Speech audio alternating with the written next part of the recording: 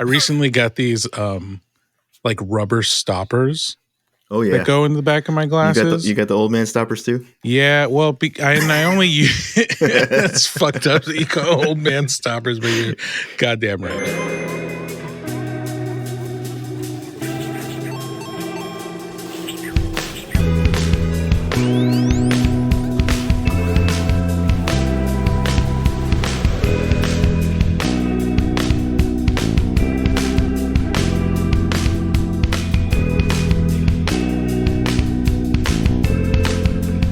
Hello, everyone, and welcome to The Midnight Connection with your hosts. My name is Eddie Fuentes, and I am here with my co-host, Chris Batu.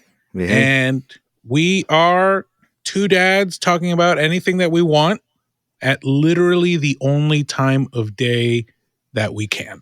And that is in and around midnight, right? Like we aim for midnight. That's our goal, but life is going to be life, and sometimes we overshoot it or undershoot it. But either way, we get to be here because it's our time of day that we actually get to connect with one another. Chris, how are you doing? I'm doing all right. It's crazy. We couldn't even hit it on the first episode. And that's entirely my fault. So I apologize. It not is that it matters to the listener. That's right. We're not going to do this live. Could you imagine a future where it's like, all right, everyone, log 1 in at 1 a.m. Eastern time and check out two people just trying to figure it out live. That's right. We're doing a show about being like not having time to do things, and then we're spending the time we should be doing other things, talking about not doing other things. Is that weird? I don't think so. I think that is pretty much most podcasts. So for you guys, this is the inaugural episode of the Midnight Connection. And we want to talk a little bit about like what that means, the reason we call it the Midnight Connection, and kind of what we just alluded to as parents, full-time employees of places, hustlers, family men, video game enthusiasts, media consumers. We don't have that much time to really just sit down, do whatever we want, and connect with one another. So we get to do it when all our kids are asleep. And that is usually around 1 a.m. And, I've known Chris for a long time, and we've always had incredible conversations and connection. And we thought to ourselves, why not create a podcast of just that?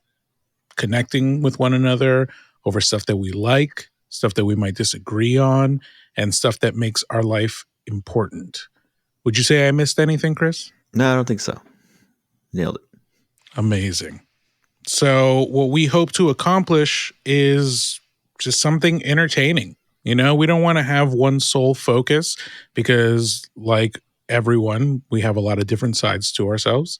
So we want to make sure to hit a lot of those sides. But in order to do that, we should probably introduce ourselves to you, the listener, who might not know us. And for those 10 hardcore family friends that are listening, hey, thanks. Thank you so much. We appreciate it. We appreciate it very much. You're the best. You are. So, Chris, you want to give a super quick introduction to yourself? Yeah. Chris, I got married. I now have 3 kids. So when we started this whole project, I only had 2. And so we are upping the ante here. Boom. And that is the primary reason for going past the midnight hour. But yeah, 3 kids. We have a dog. Used to have a mantis. Oh, did we tell you? What? We set the mantis free. Oh, okay. Yeah. Benji I was so proud of him.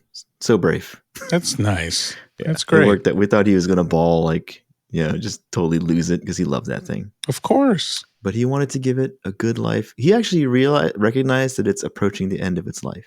Really? And so he said, we should let it go. And I was like, you know what? It's very big of you. That's right. Incredibly mature. And how old is Benji? He's 5. Boom.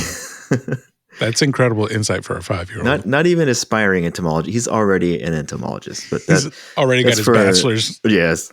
He's got a little lab set up and everything. Wow. Microscopes everywhere.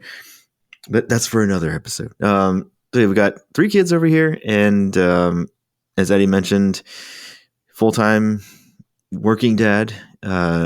also changed jobs after starting this whole project. So there's that, which I'm sure we'll get to eventually. I also do freelance work on the side as if a full-time job is not enough. The man hustles. Yeah, exactly. That's where the hustling comes in. We have the Midnight Connection. We're also, we have another project from our parent company called Samurai Beat, which is all about tabletop role-playing games. So I'm sure you'll hear about that too. I am a lover of music, which you will definitely hear about, especially house music, my number one genre. I got stuff to tell you about that, by the way. Remind me, I have an artist to recommend to you about that as well. Oh, it's already getting spicy. Damn. I like it. All right.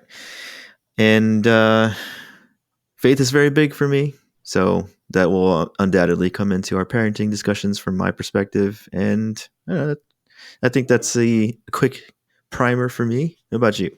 Nice. So my name is Eddie. I have a 1-year-old daughter, first-time parent. She's not 1 yet, but maybe by the time this releases at some point in September. I am a musician and an audio engineer. So I think currently I'm in 3 to 4 bands. Did you lose one? Yeah, I dropped. Well, because you have a kid. Yeah, you got to drop one of your 5 bands. You really gotta work it out. There's only so many days of the week that you can juggle rehearsals and putting your child to sleep. So I decided to the wise. Yes, I decided to cut it back. But I play bass primarily. I'm a huge lover of all genres of music. Even if I don't necessarily like it, I always think that there's something to learn from it. And it's very important for me to digest all kinds of music to feel like a well-rounded person. I'm a huge gamer, all kinds, PS5 mostly right now, Switch if I'm traveling. And I think that's pretty much it. I didn't even mention games. Video games. It's not important. There's too many things. It's okay. We'll get to all of it. You'll get to know us more.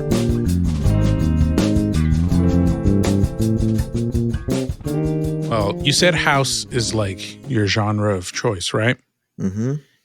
If you had to pick one specific aspect of house music that like does it for you, what is it? One aspect of it that really does it for me? Yeah. Like, what is it about house music that makes it connect so deeply with you over other genres? That's really hard. Oh, I'm sorry. Were we doing softballs today? No. No prep time. Tell me about the meaning of music. I don't know. Like there's just something about it that moves me. You have the 4 on the floor rhythm, which is constant. And so you end up sort of relying on the other parts of the music to really put that feeling together, And so if you like funky house, you'll have, a really nice bass line that's kind of running throughout your song and it generates that. You could have a nice vocal that's set on top of it, but at the same time, you could also take it in a completely different direction and have something heavier, like, more tech and electronic and stuff like that. Mm-hmm. Probably is the rhythm. As a bassist, I can agree. Yeah, like it just, when I hear the rhythm and the beat, it makes me want to move. I feel that. And I was, when I was more spry and not so old, I was a dancer. I still love the dance, but I'm just not so good at it anymore.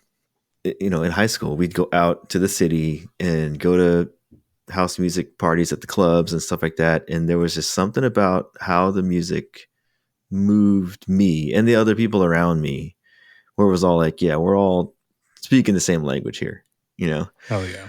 And I really think that's what it is, but that's awesome. I can't really tell you why. I mean, yeah, the why is irrelevant. I think that's the beauty of music is that you don't need to know the why because it just is, right? It's like they say music is the universal language because it speaks to you and it makes you sometimes do things like dance. I mean, I love plenty of other genres of music too, but if I really had to just pick one, it would be house for sure. Hell yeah.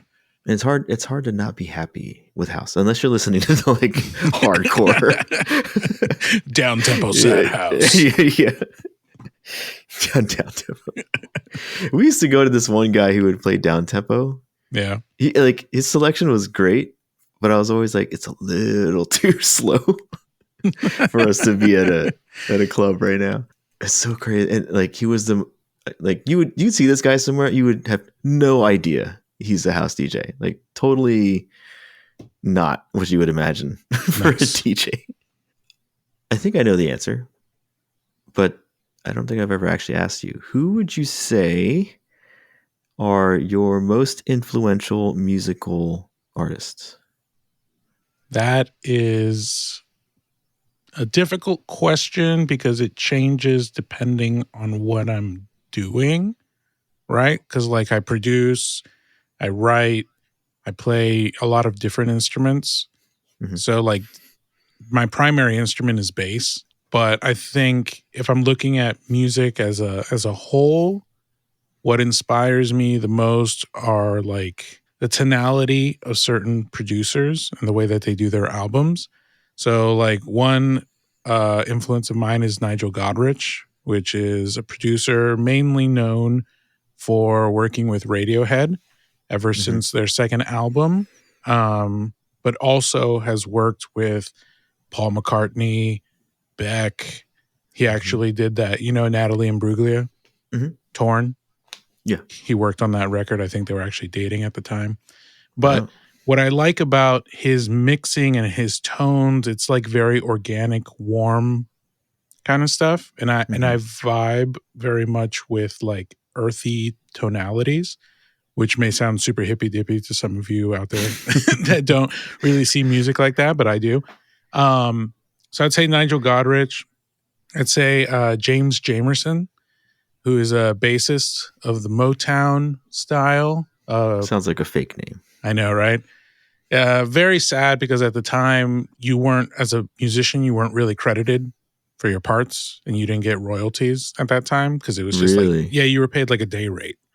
So like the whole legend of him is like the most influential bassist of like modern music, right? It's like the dude who influenced Paul McCartney and all this shit, but he died broke and unknown and like an alcoholic. Way. Yeah. It's really sad. There is like, I'll tell quickly the one story that I know, who knows if it's true or not, but Marvin Gaye was at the studio in Motown writing the What's Going On record, and he actually finished the song, What's Going On, at like 1 a.m., somewhere around that time. And he was like, we need to record this tonight. So we got to get the musicians in here. But they had all gone. And James was at the bar, like shit face. No way. Shit face. And they were like, we need to go. And so they brought him his drunk ass back. They gave him his bass. James Jamerson is known for only playing with his index finger. He only used one finger. Really? Yeah, because he came from double bass, like, the classic upright basses. And that's the way that you play. So when he switched to electric, that he just kept the one finger. And so they did What's Going On by Marvin Gaye, which has this crazy bouncing bass line, right? And apparently Jamerson recorded it while laying flat on his back because he was so drunk and like someone was just holding up the sheet music. No way. And he's just laid down the fucking grooves. But that dude was a monster. It's like the story you hear in Whiplash. Exactly. So you know the story of James Jamerson. Coming from J.K. Simmons. Exactly. I feel like this is such a meta moment right now. Yep. No, man. And so Niles, Godrich, James Jamerson, and I guess, I don't know, for the third. Right now, I'm like very into, you know what? Fela Kuti, who is a Nigerian Afrobeat musician. He developed that genre. So he was a jazz musician that was in love with James Brown and in love with like Cuban rhythms and jazz. and he came to study in the States, and then he brought everything back to Nigeria and started a whole genre No of music way. called Afrobeat. Tony Allen is his drummer, who like is the guy who developed these like fucking gnarly drum beats. And I love it because it's all groove, right? Uh-huh. And Fela himself was like an insane human being. He had like a commune. He had multiple wives. He started his own like state inside of Wow. Nigeria and rebelled Okay. against the government. Huge political figure. But he played every instrument. So like how Prince would like go between instruments and stuff like that, like Fela was doing that in the 70s. Except it'd be like long, like 13-minute long grooves, right? Yeah. So I'd say those three. Well, I'm glad I asked because I don't know any of them. What did you think was going to be? I was going to say Radiohead? Yeah. Yeah, I know. Anyone that knows me. You knew it. No, anyone that knows me knows that I'm a huge Radiohead fan. And it is true. I think I've seen them live 8 times. And I proposed to my wife at a Radiohead show. That can be a story for another time. So for your last question, I'll kind of veer us into a different topic altogether. And it doesn't have to be of all time, right? It could just be the first one that comes to mind. But what is a top video game for you? The first one that came to mind was The Last of Us 2. Ooh. As I'm thinking through it, I'm walking it back. Well, I'm not walking it back, but I'm like Elden Ring comes to mind, XCOM, but I think it's still Last of Us Part 2. Yeah, over Part 1. Yes. Gameplay wise or story wise, both. Both. I liked what they did. I loved it too. I mean, I know it's controversial for some people, but I mean that it's a controversial time, man. Like crazy shit is happening. Crazy shit. You know what I mean? You got to hold a mirror to society. And what I liked about it was that it challenged you, and I think a lot of people weren't ready for that. I completely agree with that take. It's like people are just used to playing their video games. It's like, I know we're good, they're bad, or whatever. It's like, well, where is the line? Yeah, are we? Yeah. No, I think Last of Us 2, I also like more than the first one for that exact reason. It's more gray, and they perfected the gameplay at that point. They really did. It was so good. The whole battle in the basement, it was a little long. They probably could have chopped off the last chapter. But the whole sequence, spoilers, I guess, for last. Do we have to do spoiler alert if it's like a 4-year-old game at this point? It's not even I don't know. I guess. Spoiler alert. I'll put it in here. Go play the fucking game. If we managed to play it, you should have managed to play it by now. This man has 3 children and he played the game. Okay, so fucking chill. But the Rat King segment. I don't think I've ever felt like true panic as I did in that. I remember the first time I did it, I was like, what the fuck is happening? I just ran and never shot. Dude, like, it freaked me out when it first happened. It did freak me out. But as I was fighting it, I was getting into this whole like routine and pattern of how to attack it. Yeah. And I was like, hey, it's really not that bad. Wow. Thanks for shaming me, Chris. No. I think that's the From Software influence. That's fair. You do play a lot of those games. Elden Ring is the only one that I've played.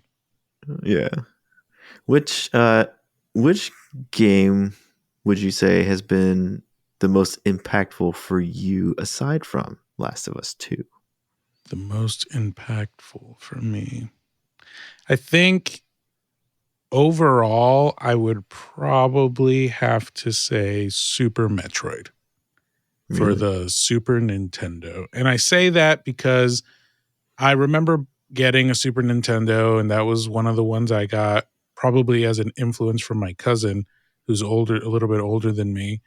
And I would go to his house and see him play this game and be like, what is happening? Like, this is crazy. There's no like talking. There's no dialogue. There's no directions. it's just like you land and you have to try to figure it out. And I think at the time I was not in a place where I could do that.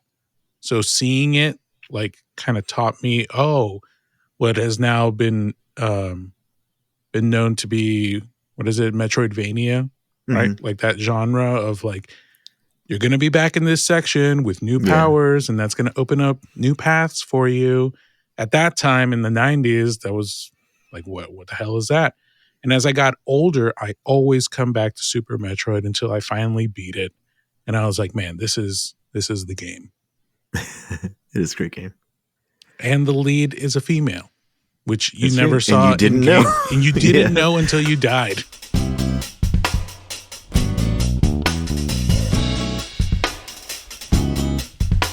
So going off of that, let's pivot a little bit harder into video games, since that is something that we are passionate about. You said you're a big fan of the FromSoft games. Has that always been the case, or did you grow into that? No. It's just, so when Demon Souls first came out, I tried it and failed hard. I heard a lot of people did. Yeah. So I was like, you know what? I don't get this. So I actually skipped Dark Souls 1, actually all of them. Oh, wow. I skipped them all. It's been on my backlog to actually go back and play them. But I'm not sure I will. But when Bloodborne came out, I said, hell yeah, that's my kind of game. Because I wasn't really too down with the sword and board type of fighting that Dark Souls was known for. Yeah. So when Bloodborne comes out and it's more active, there's no shield, and I'm like, okay, I'm down for this. I loved that game, played the crap out of it. And then I went on from there to play Sekiro. I hope I'm not missing any. But I played Sekiro, platinumed that, which was also totally different. I hear that game is so unnecessarily hard. See, I was playing through it. There are definitely some hard fights in there. A lot of it wasn't that hard to me. You're just flexing on them. But I'm not like great at these games or anything, but you have the patience. So with Sekiro, that is like a get good game for real, because there's no leveling, right? You have the one weapon with some ancillary other like side weapons you could use, but you really only have one like primary weapon. Oh wow. So you have to learn to fight the way the game was designed, and you have to learn how to parry, or you'll never get through it. Like they'll just tear you to shreds. But I got through it, I thought, pretty easily. All right. Platinum that one, and then I played Elden Ring. Loved it. Platinum that one. I can't remember if I'm missing other From Software games in between there. I think that's all of them, right? Or Armored Core. Well, I do want to play the new one. I might not, because of my decision to go back and play Cyberpunk. Yeah. I used to play the old Armored Core games, and I love them. But the fighting, and maybe I just didn't go far enough, but the fighting just kind of got a little too routine back when I was playing them. So I never really got all the way through them. But I mean, who doesn't love mechs and customizing mechs for combat? But it looks like they're making the combat faster, more active. Because before, depending on your build, it could be kind of lumbering, and a little too slow. I was not always a From game fan. I am now, because I always feel like there's a big payoff when I play those games. Sure. I invest the time, I improve my skill, and I get through the games, and it's like, yeah, I achieved something instead of just kind of going through the motions with another game. Elden Ring was my first foray into FromSoft. Probably the best place to start, because it was a pretty forgiving game and incredibly large. I never actually beat it. I got very close to the end. Yeah. But there's just so much shit in that game. A lot. And like as a try hard, like I want to complete every side mission and go into every dungeon kind of human being, there is no way. Plus I was garbage, right? So I must have died like 1,000 times. I mean, who doesn't? Yeah, but like if you're used to it, that's cool. But if you're not, it's like, oh my God. I will say I'm thankful for the quick loading of the PS5. Oh, yeah. Because I would have probably spent like half of my playtime in loading screens. It sucked. Like on the PS4, you would die and you just stare at the screen for a good like 20 seconds. Just like, it makes you think about what you did wrong. Exactly. You're like, do I really want to try this again? You know? For me, I've been a Nintendo kid pretty much my whole life up until I think the Wii was the last Nintendo console that I got. And then I was like, why is the Wii not doing it for me? Mm-hmm. And I finally switched over to, I got a 360, actually. I tried the Xbox. It didn't last long because then I got a PS4. And I was like, holy crap, what have I been missing my entire life? Yeah. Now I'm a PlayStation guy with a Switch, though. But I've always been like action RPG kind of gamer. Very single player. I don't really mess with the multiplayer stuff. Yeah. I don't have time to be yelling and getting yelled at by children. I don't need it in my life. But give me like a good, like the Mass Effect trilogy. Amazing. I gotta play through that. Oh, man. So good. So you say that you're going to try to play Cyberpunk? Yes. So I started it on Stadia back when it launched. R.I.P. Stadia. Yeah. Oh my God. It makes Shout out sad. to my cousin, the second person to play Stadia sad. with you. It was such a good platform. Freaking Google, man. Can you tell the audience what Stadia was? Because they probably never heard about it.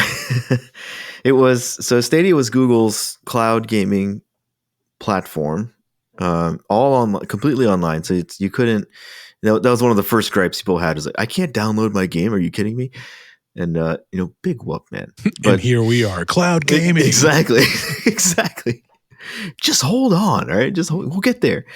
But so cloud gaming platform, all you had to get to play was a Stadia controller, and then you could either use a Chromecast, you could use a browser, you could use some TVs had it built in eventually, like towards the end, and you'd be playing. That's all you needed.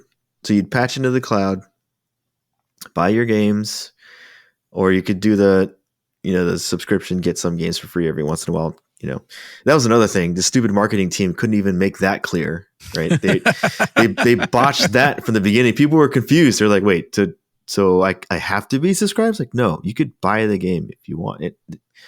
I don't know who set up that marketing team. They failed. They failed this product because it was amazing. Yeah.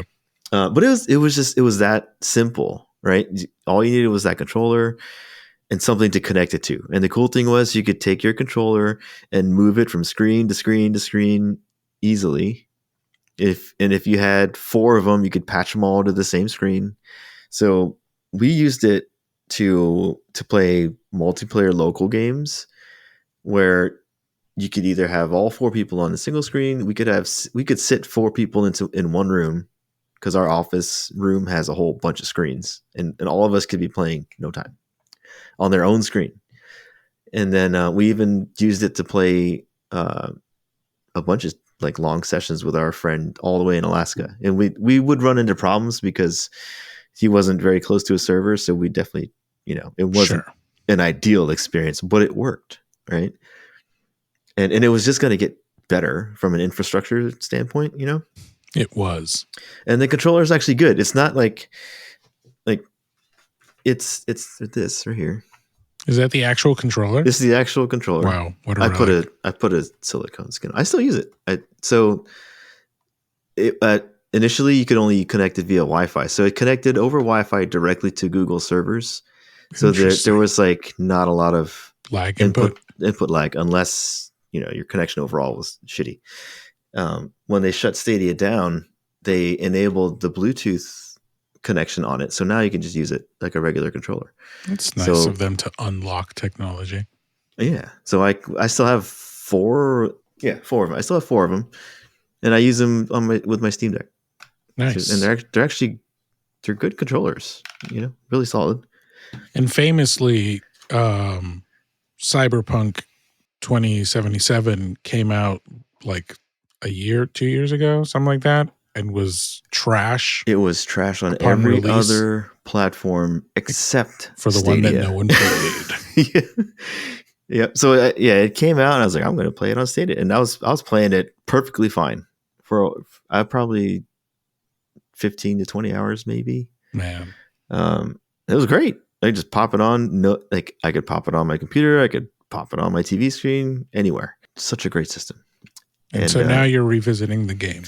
Yeah, I'm going to go back, and I started on the Steam Deck for 2 reasons. Because it's just a game I want to finish. Well, maybe 3 reasons. I just want to finish it, but also, I mentioned our tabletop role playing project called Pay the Price, which is a podcast we'll be launching several weeks from now. It's a seasonal show, and you'll get the spiel on that at some point.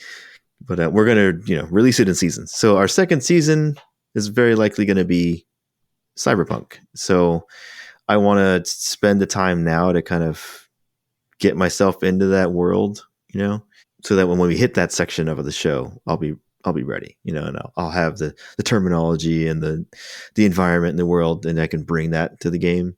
Yeah. The other thing is they're launching a major update to it along with DLC, which apparently transforms the whole game.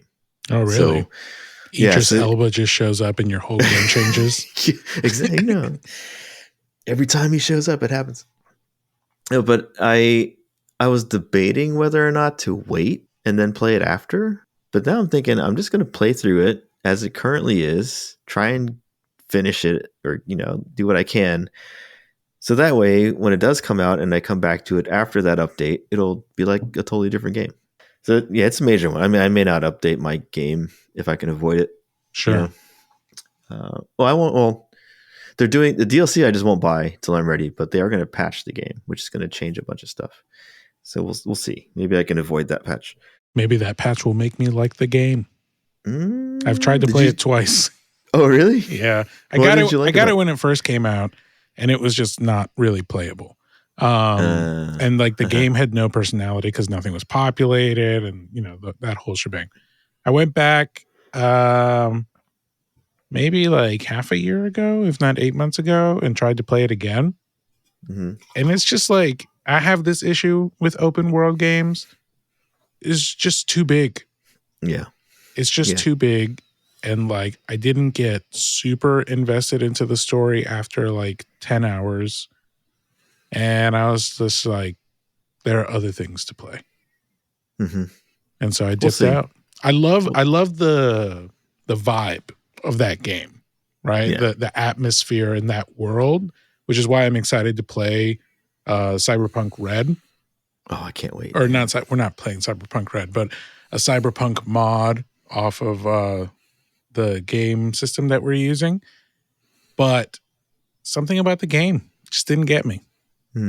Maybe it will. Maybe it will. Maybe third time is the charm.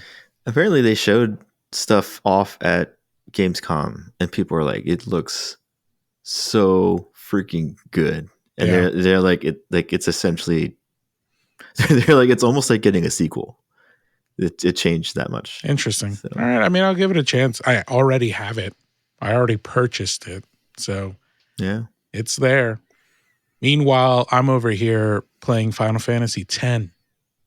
10? You heard right. A game that came out in 2000. I think. 10 is it the beach guy? Yeah, it's Titus. Okay. I didn't finish that one. I played it at some point with an ex of mine that was really into Final Fantasy. At that time, I thought Final Fantasies were garbage games that took way too much time. And here I am. Giving it your time now. Giving it all my time. Well, because I played 16 and I beat it. And when I beat it, I beat the Final Fantasy VII remake, but 16 was like the game has come out. I'm just going to play it and see what's going on. Mm-hmm. And I was so like, I need to beat this. I started getting a lot of trophies. And I was like, maybe I can platinum this. And then I looked at what it takes to platinum that game, and it's 2 full playthroughs, essentially, which is just like, why the fuck are we doing that, guys? I don't know why they do that. Like, that makes no goddamn sense. Just give me the full game off the tilt, and if, I'll do my best. So I ended up getting like 76% of the trophies because all the rest are like, you need to do a second playthrough. When I finished the game, I checked my playtime. How long do you think I spent beating Final Fantasy 16? 85 hours. Holy crap. 86. And you didn't tell me that. And right? I did not tell you. Nope. I don't think you told me your clock. Nope. And that's because you're a realistic gamer. You know what it takes. Right. And I honestly, when I beat the game and I saw 86 hours, I like took a look at my life. And I was like, why was it worth it? I think it was worth it. It was a good game. But I have those moments. It didn't feed my Final Fantasy-ness that I wanted. So I was like, let me play 10. Because I remember it kind of fondly. And it's fun. Do you prefer a more turn-based type? I haven't played 16 yet. I really do want to, but I like 16 for what it is, and it's not an RPG. Right. It is an action RPG is like giving it a lot. Right? I'll call it a high input menu-based action game. Over Yeah. Because like, and this isn't giving anything away, spoilers of the game, but like, to me, when I think about Final Fantasy, I think about a party. Mm-hmm. I think about like really strong characters that sometimes are like batshit crazy, but you accept it because the whole concept of most of these games is batshit crazy anyway. And there's like a lot of personality to the individuals. And this game is very not that. It's very like high fantasy, right? Like castles. I shy from saying like Game of Thronesy, right? Like that style, where like really muted color palettes, and you don't control any party members. And that's like, to me, that's not Final Fantasy. Yeah, very, very much not the traditional Final Fantasy. It is not. Great game. I mean, they all change in, yes, some shape or form, but. Yeah, so I needed to go back to something where I could be like, oh, the kind of magic I'm using actually matters. You know what I mean? Like, there are weaknesses and like resistances and like all this kind of stuff. So I'm getting that fixed now. Did you see the Twisted Metal show? Yeah. What did you think? Without spoilers. I actually liked it a lot more than I thought I would. Let me ask you this. What was your expectation going into it? Oh, it was in the dumpster. Really? Because you thought it was going to be shit? Well, I only saw a couple. I don't think I saw all the early trailers. I saw at least 2. I think I only saw the maybe teaser. Maybe that was all of them. But it didn't look good. The jokes in those trailers just were not landing for me. Yeah. And I was like, oh no, like this might be PlayStation might be screwing this one up. But when I don't know why exactly, but when I started watching the first episode, I said, oh, they have somehow managed to make that delivery work in the context of the whole show. Did you play the games? Not all of them. I played I think the first 2. Yeah, I think I only played the second one because my friend had it and we would go over to his house and play all the time. But I too didn't have high hopes for it, but not because of what I saw, because I really didn't see much. I think I only saw the teaser, but just because what relevance does Twisted Metal have in this day and age right now? Mm-hmm. B, why is Peacock doing a Twisted Metal show? Mm-hmm. And Anthony Mackie, Yeah. right? I was like, all right. The whole time I was watching him, I was like, I bet they wish that they could have Will Smith right now. Not that I don't like Anthony Mackie. Nothing wrong with Anthony Mackie. It just kind of felt like it would have fit him really well. I mean, this is not a spoiler. After the first episode, I was like, he is channeling Fresh Prince of Bel-Air, right? Will Smith. Yeah, totally. And I think to your point, the show struck a really good balance of quirky comedy up against gruesome stuff. And I think if they had taken the L on one of those and like not made it as gruesome to like appeal to a younger demographic, or made it like hyper realistic and not funny, it would have shit the bed. But it kept a really witty sense of humor up against like morbid backgrounds. Yeah, and so that was one of the interesting decisions they made, because the game doesn't happen in like a post-apocalyptic world. Mm. You know, it's a car combat tournament that happens in the context of a normal society world. Yeah. Right. So they changed that. And I think that actually made a big difference, because like you're saying, putting all that weird, yeah, like the weird comedy in the context of a post-apocalyptic world where crazy stuff does happen at the same time. Like maybe that is what made the difference for me. It was like, it makes sense given the world they made, you know, instead of just having this cadre of drivers who are like, you know, some of them are kind of weird and some of them are not. It's like, well, in this adaptation, the whole world is just kind of weird now, you know? And so you run into that all the time. Yeah. And it works. But yeah, I mean, I watched it like straight through. I think Stephanie and I watched it pretty consecutively. Within a week, we definitely finished the entire series. Definitely should be a season 2, although it has not been ordered by Peacock. Oh, they didn't? Okay. They have not yet.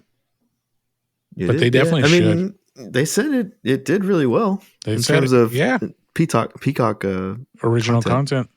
Yeah, and there were parts in it where I was like, they're digging out some emotions right here. Yes. You know? No, I agree. And I will say, without spoiling anything, fantastic use of like late 90s, early 2000s soundtrack. Of like just general musical vibes of the time. I love all the callbacks, maybe because that's the era that I grew up in. Right. It really felt like I was the demographic for this show. Well, and we kind of are, because that's when the games exist. You know, it's not like, you know, today's gamers knows about those games. They're all old, you know? I was surprised they didn't release a game to tie in. To go with it? Yeah, to go with it. That would have been the synergy, the synergy that I expect from NBC.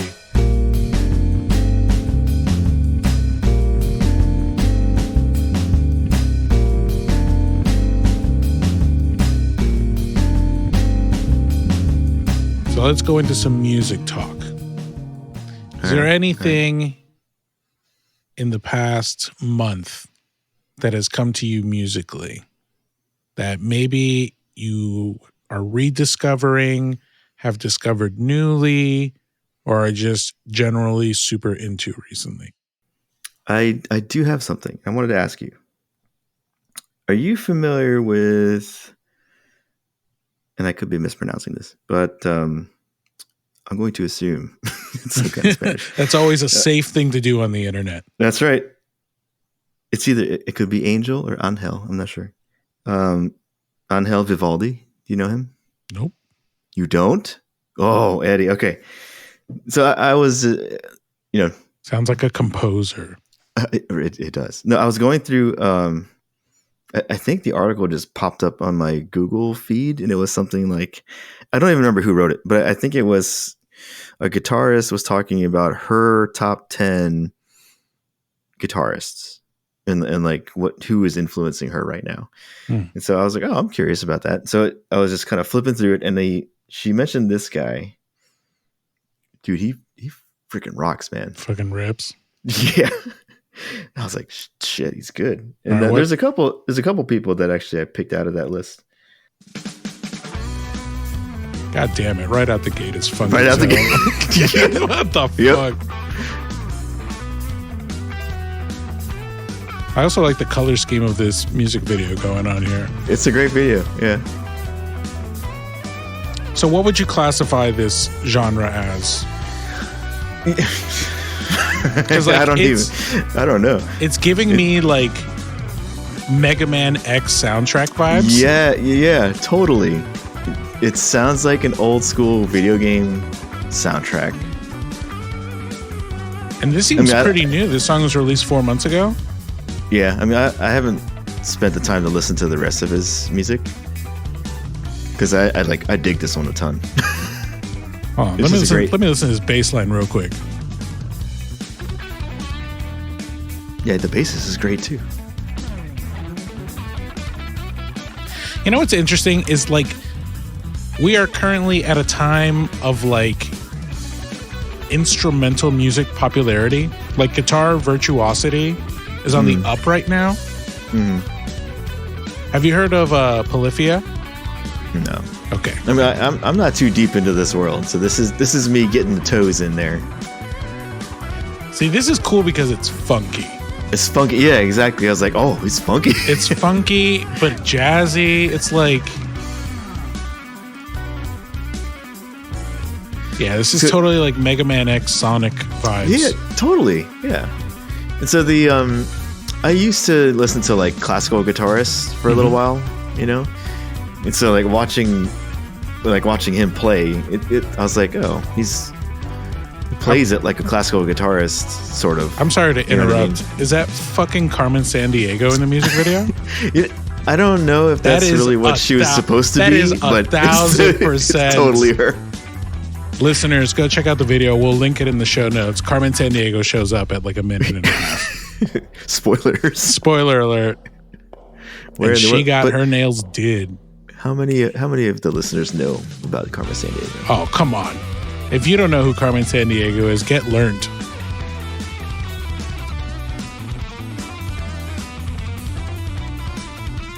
But it's a great vibe. I mean, like, they're all pretty kick-ass musicians, right?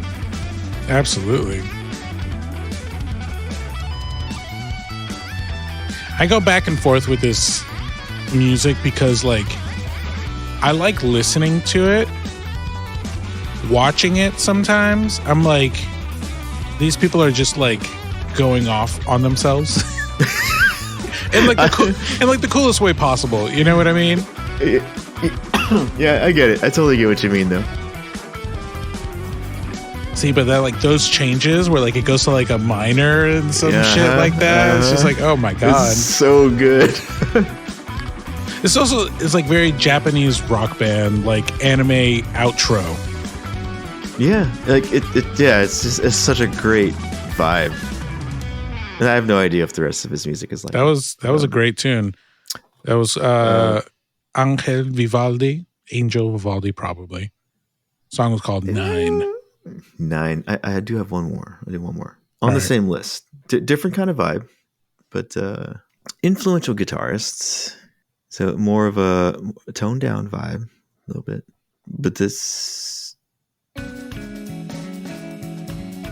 But definitely, she strikes me. So this is Covet, Shibuya.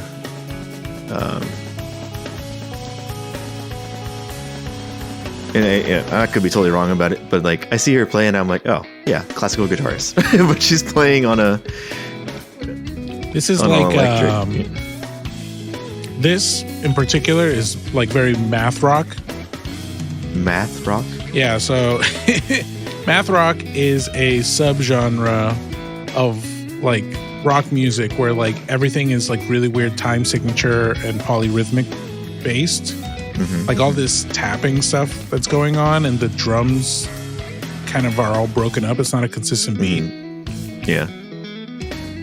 All right, I got two things to show you after this. One that I know you're gonna love, and the other we'll see if you love.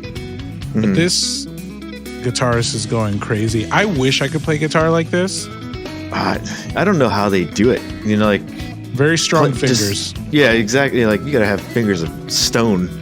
And just like the agility of your hands to be able to do this kind of stuff. Like if you look closely at her hands, there's so many different shapes going on, but motion is never stopping.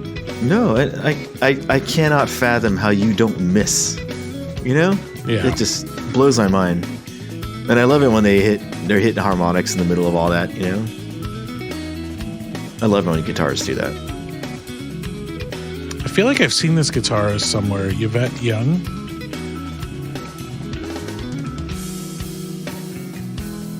It's so cool.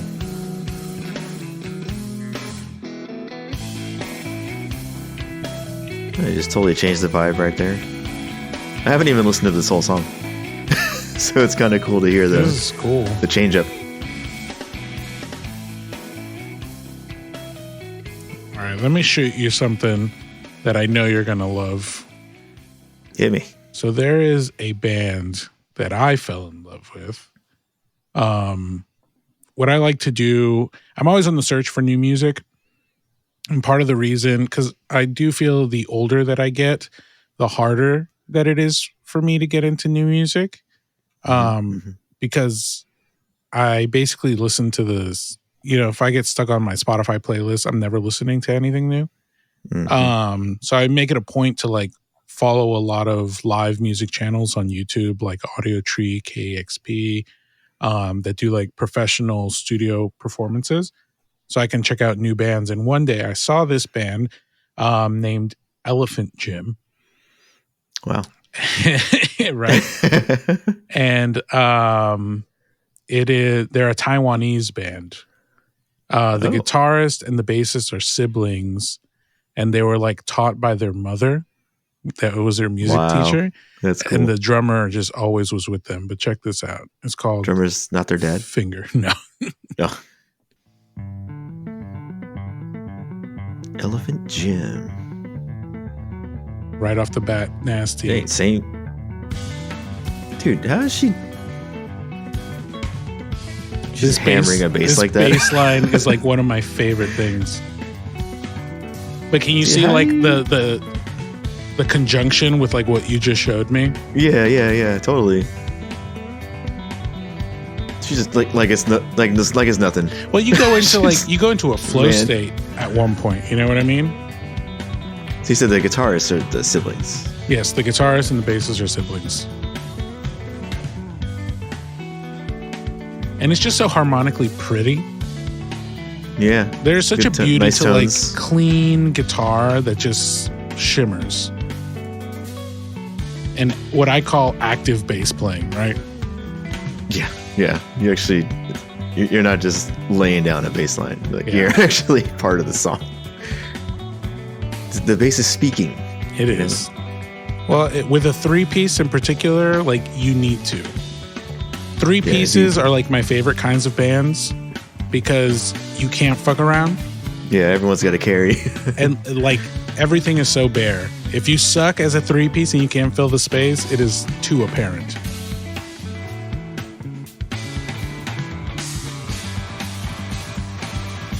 That's cool, man.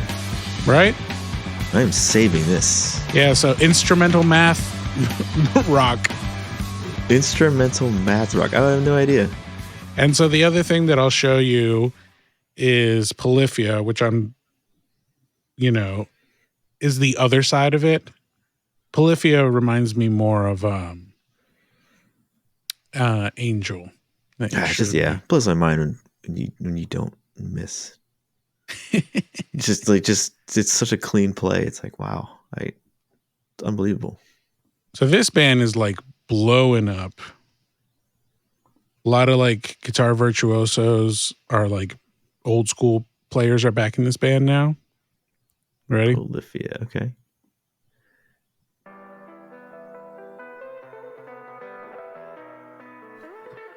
You want to talk about classical riffing? Wow. What would happen if classical and dubstep mixed? Is that what's about to land on me? Maybe.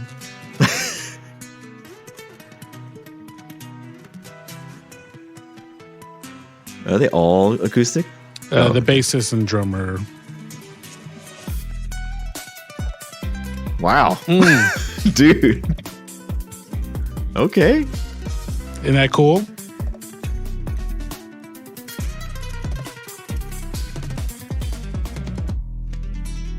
Wow.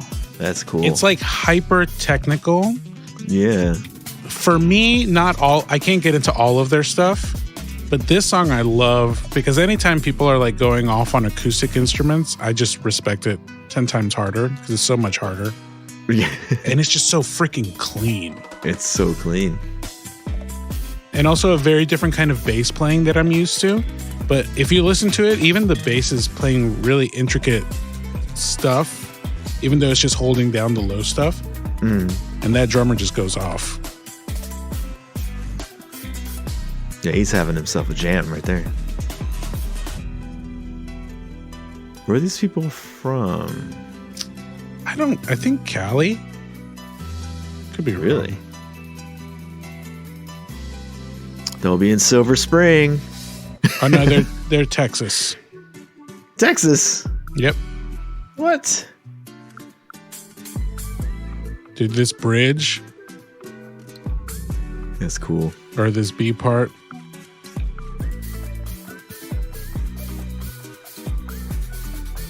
Just jam it out. That's like an anime video game menu. Totally. Song. I'm surprised they haven't gotten picked up for a show yet.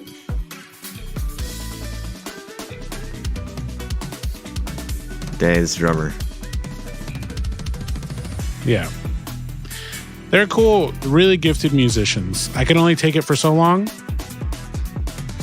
It gets a little gimmicky, but I respect it. Stephanie also vibes with this kind of stuff, which is great.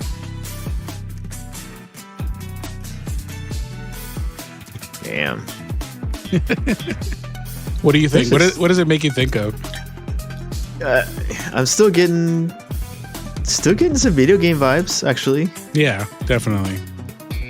They're technical. It's just blowing me away right now. How do you like compose a song like this? Are you just sitting around like jamming away and you're like, yeah, this works? I think so. I think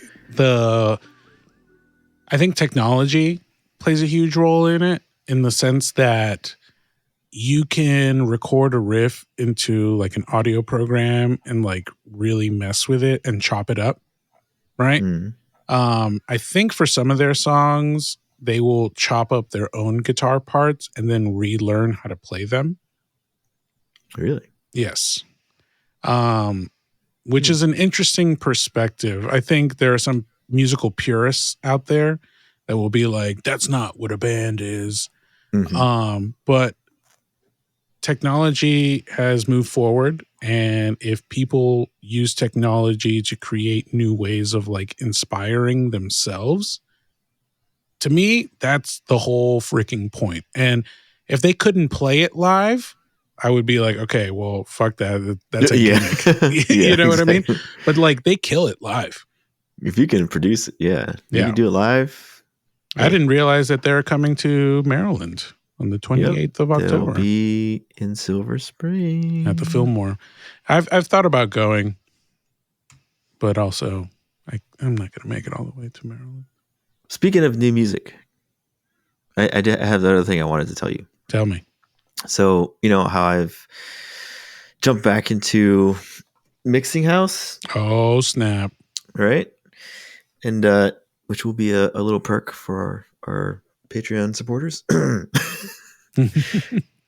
I am by no means great, or anything. I can do it. That's about as much as I can do. It's more than I can do. But so, normally I go through and try to find songs to fit the mood that I'm trying to make, right, for the mix. Yeah. So I'll cherry pick a couple songs I might already have, and then either search for or try to get, or just let like YouTube or whatever recommend related songs, which is hit or miss, right? And then the act of actually searching is just it can be very very tiring, very draining. Yeah, with no good results. So what I did was I decided to join a digital record pool. Ooh. Oh yeah. Is this like through a Discord or like a website? Yeah, website. And so I'm so stoked, man. Like I was like, I'm just gonna bite the bullet. So I joined it, and that's like diving in. It's already, I'm like, dude, there's some great shit in here. So how does that super work? Stoked. So, I mean, you're familiar with how they used to be? Mm-mm. Yeah, no, okay. So back in the day when you had, well, I mean, obviously there's still vinyl, but when vinyl was the only thing you had, you would go and join a record pool, and they would actually either send records to you directly or they'd send it to a shop, right? And you'd have to go and pick them up. But so this is geared for professional DJs, and what you would get a mixture of like popular, stuff that's happening right now. But the cool thing was you would also get tracks and vinyl that were made like specifically for that pool or that like whatever, the publisher or whatever you call it. Yeah. And so you'd get like white label stuff that no one else is really getting, and that you might never actually be able to get, like, at a store. Yeah. So you'd pay your money. They'd send you the records every month, usually, I think is what it used to be. And that's just what you did. So instead of like dragging yourself to a record store all the time to try and find stuff, you'd find a good record pool and they would send you this stuff, and you'd get access to stuff you're not going to find elsewhere. So I didn't even know. I wasn't even sure. I was curious, right? I was like, are there digital record pools now? Because, DJs are all using digital absolutely decks now. So I was like, there has to be. So I did some poking around, and there are several different options. I joined the one that most people were saying was best specifically for house. And you could join one for hip hop and, whatever, other popular like top 100 type stuff or things like that. But obviously I was looking for the house one. So of course, I joined this one at the lowest tier. So right now you have access to their entire library of stuff. So that, like, I'll be digging through this for years. Hell yeah. And there's new stuff coming every week, I think. But the tier that I'm on has a download limit. I think right now it's like 50 different songs. So that the lowest is I get 50 songs a month or something like that. But for not much more than that, you could have unlimited access. So do you get to preview before you download, or are you every song has a nice like 1 minute and a half sample of it. So I can just identify genres and it'll filter that for me. I can just kind of go through the whole list of what's out there and start cherry picking songs out of their entire library. This is the nerd in me. Is there, since it's digital, right? And like, I'm sure it's all cataloged in a certain way. Do they break it down by like BPM and key? I don't think so. Okay. That's probably asking too much, but I wouldn't be surprised. Like, I used to get songs off of Beatport. Okay. And I think they do. I wouldn't be surprised if they did. I've only started poking around on my phone, so I haven't used like a full browser to look yet. Sure. But I wouldn't be surprised if they did that. That's dope, man. I'm excited to hear what's going to come out of that. Oh, I'm so like it's almost too distracting because I'll just sit there all day and like, go through the list and I'm like listening to all these different tracks.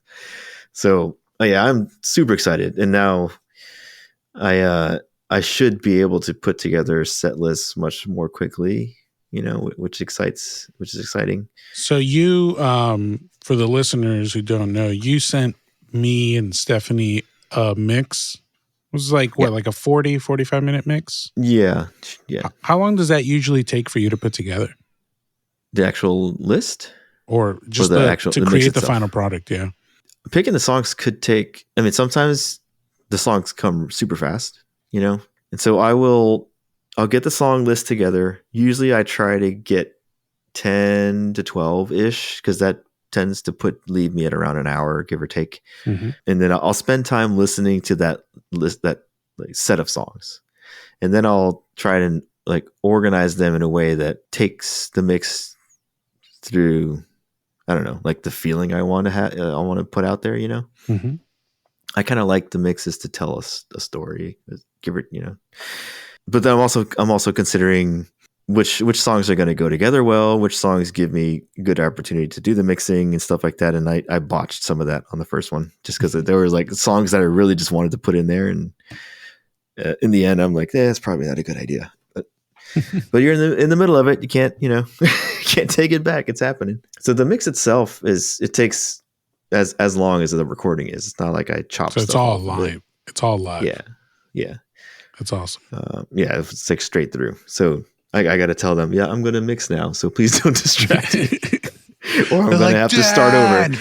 Yeah. Or I'll have to start all over again. You just start sampling the voice of your kids. I know. That'd be funny. That's awesome, man. Well, hopefully we can get some mixes that we can distribute out to the community. What's your DJ name? So it used to be just DJ Critco, which was, the nickname that people gave to me in college, actually. No, high school? I don't know. Anyway, I've changed it to DJ Dado, because that's what my kids call me. Oh, that's cute. And there may be another DJ Dado out there. I don't know. But I figured it'd be fun. The kids appreciate it. So it's funny because they I'll like, if we play a mix in the car or something, it'll put that on the screen in the car. Oh, really? Like, like it's DJ Dado. And like, we know that guy. I shared the mix with our neighbor because we're close to them. Yeah. And they'll like he'll play it, and his daughter will like dance to it and stuff like that. That's awesome, man. So she's like, oh, it's Uncle Chris or Mr. Chris's music. Like yeah. So just for our fans, you know what I mean? Yeah. But I do want to try and make it a regular thing, just because I really enjoy doing it. But it's definitely, it means a lot when people enjoy the mixes. Hell yeah! I mean, that's why I play music. It's for people to enjoy it. Yeah.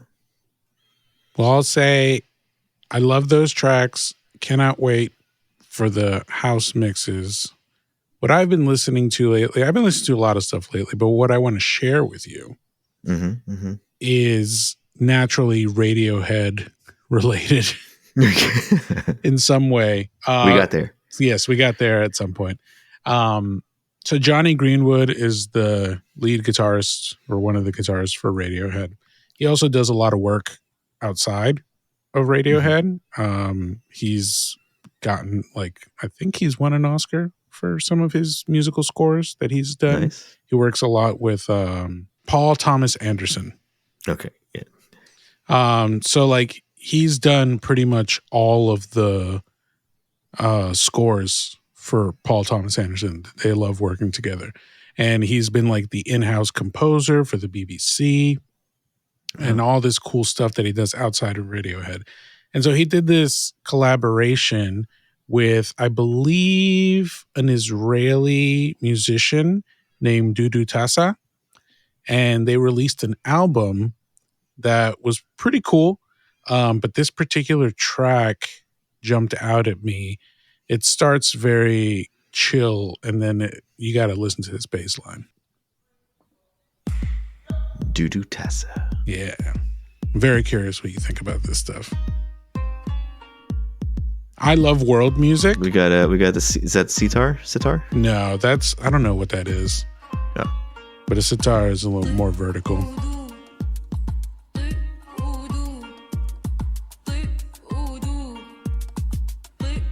I have no idea what they're saying. That's the beauty of music.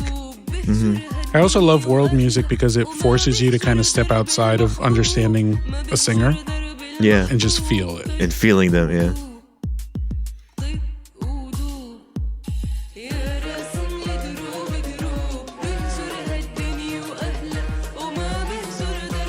Also, her vocal texture is really dope. Here comes this bass, though. Like he's just waiting. He's ready. He's just waiting. He's like, I'm about to kick everyone's ass right now. Oh. Yeah, bro. I was not expecting that. Isn't that funky? And Jonny with his crazy delay arpeggiator stuff.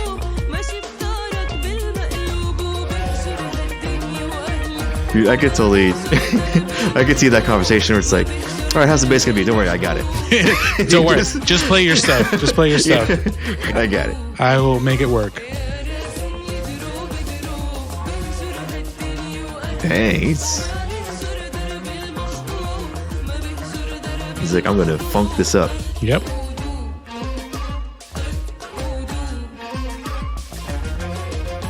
Even does the whole run together. I love when world music does this. This, like, everyone's on the same riff, but because there's so many different instruments and so many textures, it just sounds like a wave washing over you. Yeah.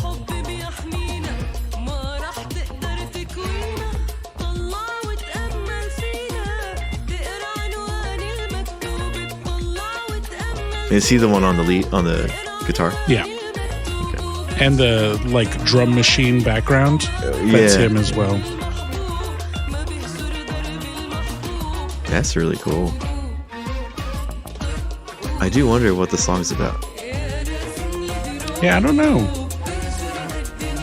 There's something about female singers that are in that low register, you know? Yeah.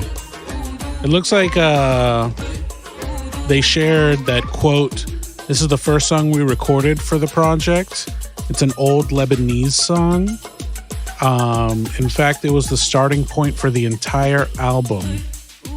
But yeah, it just looks like that's what I love about true musicianship, where it's just like, yo, you play music, I play music. It doesn't matter what our genres are. Let's just meet and see what happens. Yeah, just make something. And when you're really open to that idea, like crazy stuff can happen.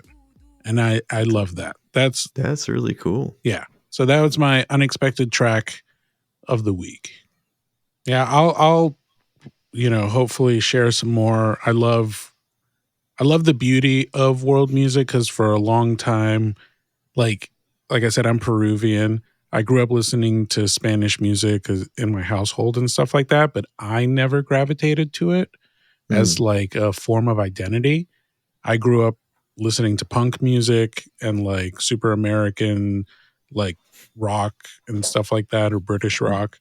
But as I got older, I started realizing Spanish music's influence on my songwriting, even if I didn't directly like it, which was kind of weird because I would write these like Hispanic prog songs. And now I think just being able to appreciate culture, right? And tonality and how different regions of the world have their own musical histories and they've developed to focus on like different things. Whether it's like African music, which is really rhythmically focused, or like Eastern music, which is melodically focused, but with more notes, right? Whereas like Western music is very much about the note you are singing. I feel like Eastern music is about how do you get to that note, right? Like, do you slide into it? How many small intervals are between the note you're at and the one you want to get to? And what's your journey there? It's more flowy for me.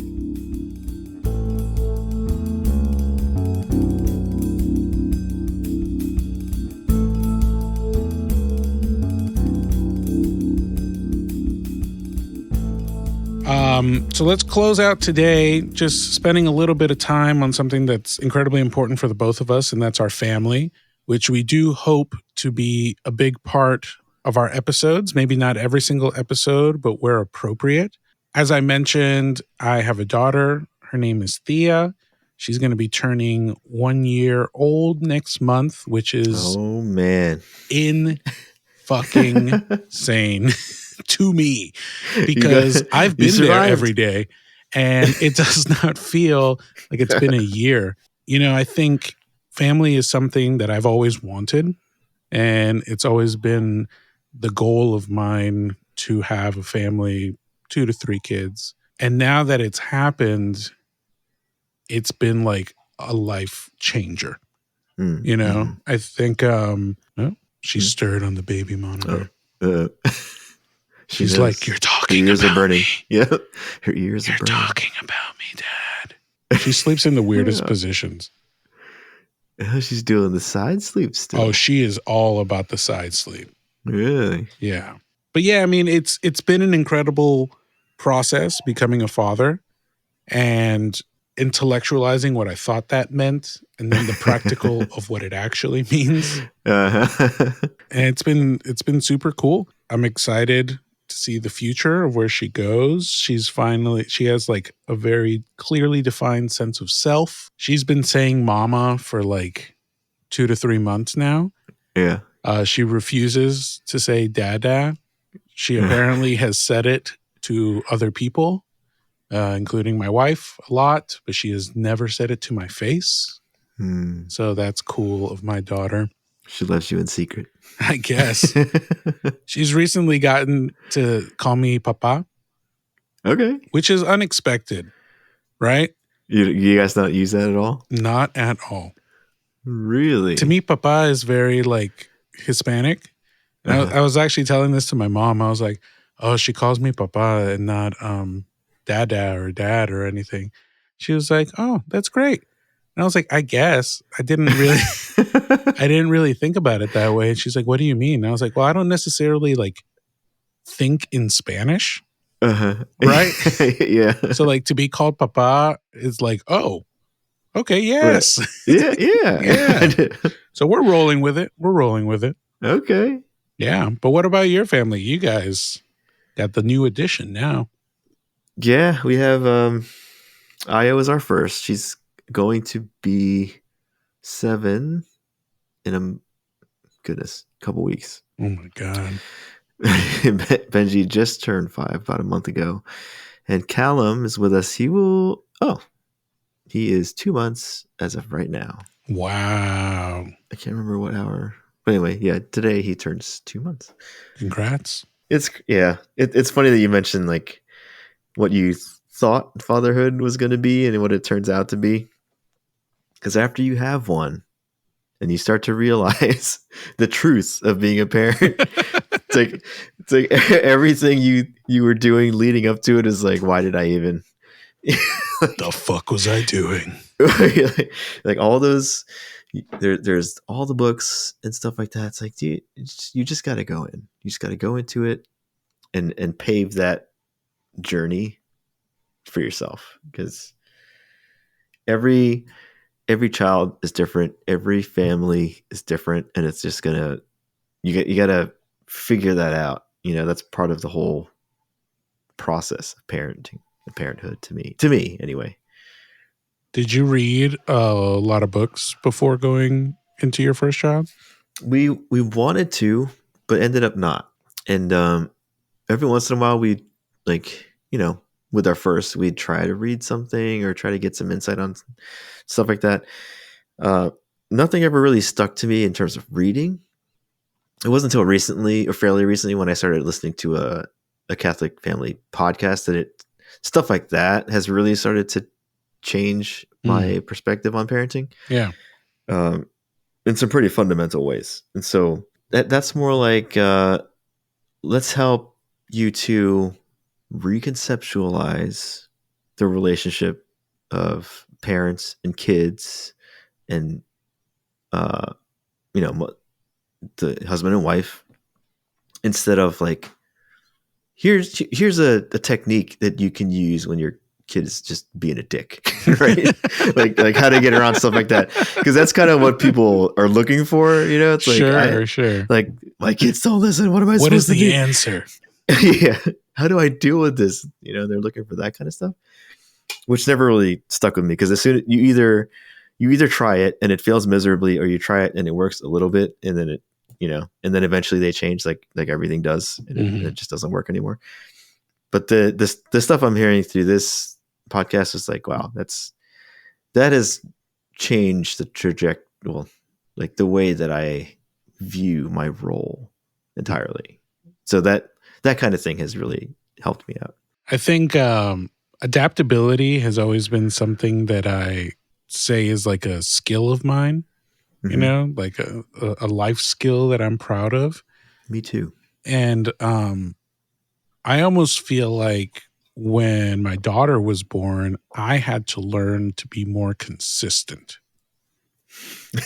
Right? Like for whose sake? For her sake? I think for everyone's sake, but for her sake primarily, right? I think there's this perspective that I got into when as a first-time parent, right? I was like, let me ebb with her flow, right? Like if she's going through some different changes, let me just like cater to her. But I think at some point, building the routine of like what a day is, you know what I mean? Like nap times, food times, sleep times. That was hard for me to like lay down the law and be like, it is 8:00. Yeah. We are going to bed. Even if you're going to cry for 45 minutes. Yep. That was really hard for me, but I'm extremely thankful for my partner, Stephanie, because she is a fucking trooper when it comes to like being consistent for the sake of our daughter. It's a strength that I am developing, but she had from the get. Nice. Yeah. And definitely we want more children. And as that happens, there's so many lessons that I've learned that I'm sure will be not even applicable to our next child, because every child is everyone's different. Exactly. It's like, oh, I got this You're shit learning figured already. out. Yes. All I know is it that I worked don't for her. know. Why didn't it work for him? Yeah. But but it's the beauty of it. I don't know. There's like, I'm sure you went through this with your two kids. It's like they reach a point of like self-actualizing and like being their own person. And like you can, even without full communication, you can see them having their own thoughts and their own process and their own journey through this world. And I'm just like, damn, man, you're like a whole human being and I don't want to mess you up. Yeah. It's wild, right? It is. It is too wild. So the I'll drop one nugget. Probably the biggest nugget. We'll just start with the good stuff. All right, let's start. So the thing that really shook me, like my parenting perspective to the core, was so the podcast I listen to, they're called the Messy Family Project. Awesome. They have 10 freaking kids, man. Like they know. Holy crap. They've been through the grinder. Props to them. And I randomly picked an episode from them to listen to, and I honestly think it was the first one that I chose. And they had this view on like the parent and child relationship. And they said, so they're like, I've been a Catholic my whole life, raised that way. My parents, very devout, and I've never heard this before. Go to church all the time. Been to Sunday school. I didn't go to Catholic school, like high school. I was in public school, but I've been in communities, been in youth groups. Never heard this before, right? Went to wedding, like marriage prep class.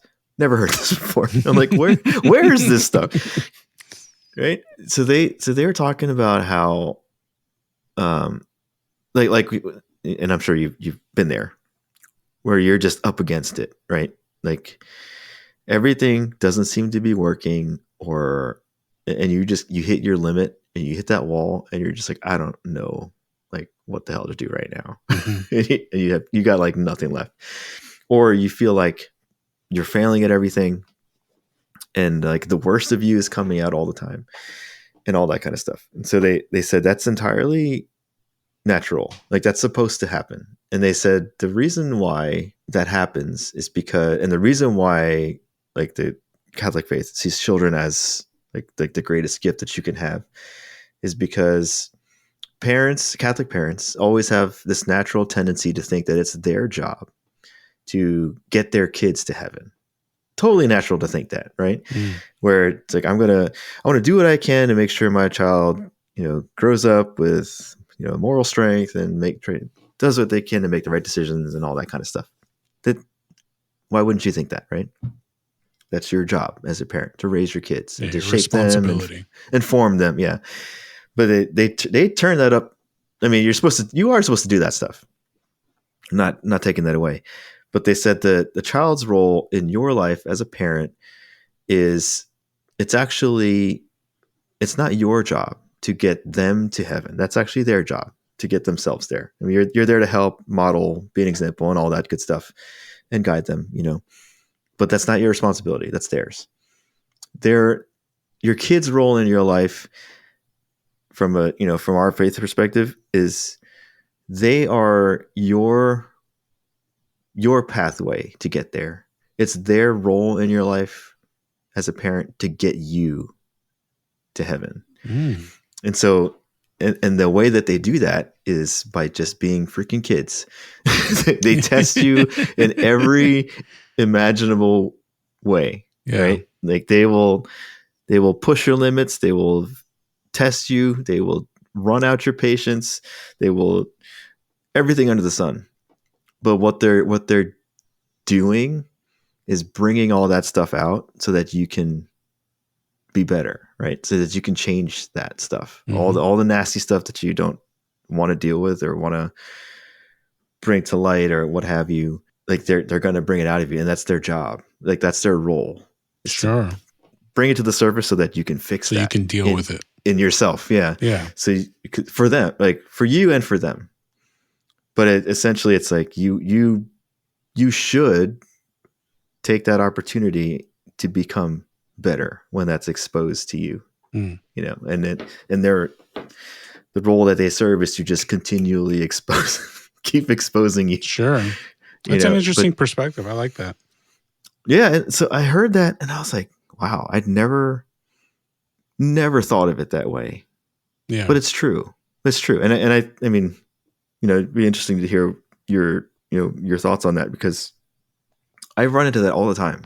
Like I can be a very patient person 90% of the time, but there are times once when you cross a certain line, I have no patience for this right now, and it comes out, right? And I'm like I really I don't want to raise my voice. I don't want to yell. I don't want to like do all these things, and sometimes they just push you so freaking far that it happens. Sure. But now I've learned, like, I haven't learned to control that totally, but I'm much more aware of it. So it happens, and then when things kind of cool down, now that my kids are older, like we'll sit down and I'll talk to them about it. So it's like this is what just happened with me, like this is why maybe I'm super tired because I get zero sleep. Maybe I had a bad day here, and all these different combination of things happen, and I lost my composure. I lost my temper, whatever the case might be, Yeah. And so it's like you tell them about it, you talk about it, and then I'm much more aware of what that's doing, like, and what that's bringing out in me. And so I work to actually be better about it, and probably take the rest of my life, but still. No, that's awesome. But I'm always thinking about it. Like they're like, this is what they do. Yeah. They test you, I like that. Okay. That's okay. I think that what I take away from that is really the communication part of it. We come from the generation before us, whether that was the time they grew up in or like, the foreign immigrant mentality where it's like sometimes your parent would be in a certain mood and like you as the child don't know why. Right. And it's super confusing. I think back a lot. I was very lucky with my relationship with my mom because she's super open and communicative from a very young age with me and really explained a lot and made me very aware of intention and like what that meant as a human being, and understanding that everyone makes mistakes, but the intent is really what matters. And I took a perspective with Thea because, you know, I ponder a lot. and I think about a lot of things, especially like before having my first child, because it was an immense responsibility, you know, to be in charge of a life. Yeah. And I really came into it from a point of view of like not having expectations for my child. That's not to say that I don't have wants or like dreams, but those are mine, right? It's not my place to put them upon my child or expect my child to go down a certain path. Kind of related to what you're talking about, what they said in the podcast.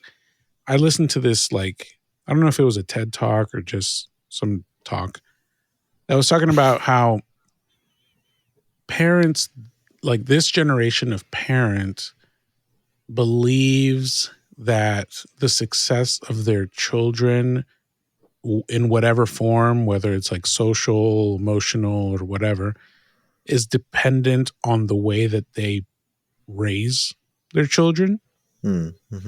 And what that does to the parent is create an incredible amount of anxiety, which even with the best of intentions might get passed along to the child. And it happens because we as parents are trying to engineer our children.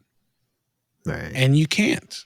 You know, whether or not it's nature versus nurture, there is like who your kid is going to be genetically, biologically, the influence of those genetics, you're not going to change. No. You can't. The die has been cast. Yeah, exactly. Like your character has been rolled. Yeah. You cannot go back. So instead of trying to engineer your child, you should really look at how can you create the optimal environment for them to thrive, right? They use the analogy of like a shepherd and his flock, right? Not to get religious, but it says that if the shepherd does not engineer the sheep, right? It cannot do that. The sheep are who they are, but it's the shepherd's job to create an environment that's safe, to provide the right kind of nutrients, the right kind of like stimulation, environmentally, socially, in order for their flock to thrive at the highest level.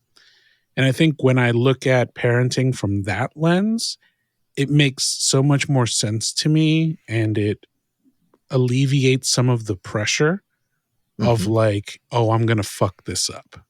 Yeah. Because it's already out of my hands. And I know that I'm doing the best that I can to create that environment. And if I do get to the point where like Thea's really scratchy right now, like she just loves to grab and scratch. And I have a beard. So she literally rips the hair from my face sometimes. And it hurts. and I can only say, please don't do that so many times. But I then have to remind myself, like, she doesn't know what she's doing. You know what I mean? No. For her, this is her showing love. So just suck it up and lose your facial hair. It'll all come back at some point, hopefully. Yep. Go patchy. It's all good. I cannot. I need my beard. I'm already losing I feel like the yours hair on grows top. back in 2 days. I wish, dude. Oh my God. That's a topic for another day. It's like my journey into like trying to grow a fucking beard. Dude. It took like 3 years. Dude, I couldn't even get close. I'm sure you could. Did you go through a process? I've tried, yeah. We can talk about it in that. It's embarrassing. I took like a year and a half of like oils, combs, rollers, like a whole bunch of shit until it finally got to like where it is now, and I'm decently happy with it. No, I can't. I don't have the follicles. they just can't do it. Oh man. Well, I think with that, we can probably wrap up our very first episode of the Midnight Connection. We thank you guys for sticking around. Hopefully you enjoyed it. We are a growing podcast, so your support means everything. Having you guys like the episodes, share the episodes, spread the word. You can follow us on Facebook and on Instagram at the Midnight Connection Pod. We welcome emails, comments, questions, like topics of family and parenting that maybe you want to talk about, or video games, or really anything. We like to talk about everything. You can email us at the Midnight Connection Pod at gmail.com. And who knows, maybe at some point we will have a segment where we get to read reader mail or listener mail. But this, like everything in life, is a work in progress. And we thank you guys for taking the trip with us. And hopefully we'll see you in the next one. Any parting words, Chris? No, you got it. Yeah, we're just happy to be doing this, and I would definitely love to get input and feedback from listeners and talk about things that are important to you, because there's only so much we could say about our. I mean, we're cool, but I'm gonna say I've been playing the same game for like 3 months, so get ready. Oh my God, that section is not going to be very interesting. We'll figure it out. But thank you guys very much, and we'll see you next time at midnight.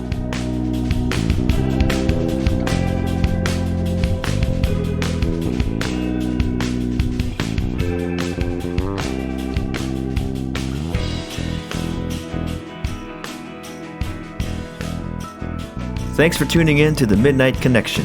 The Midnight Connection is a product and trademark of Samurai Beat LLC, which is a fan-funded organization made for you and made possible by you at patreon.com/samuraibeat. Support us there and join the conversation by submitting your questions, comments, and topics for future shows.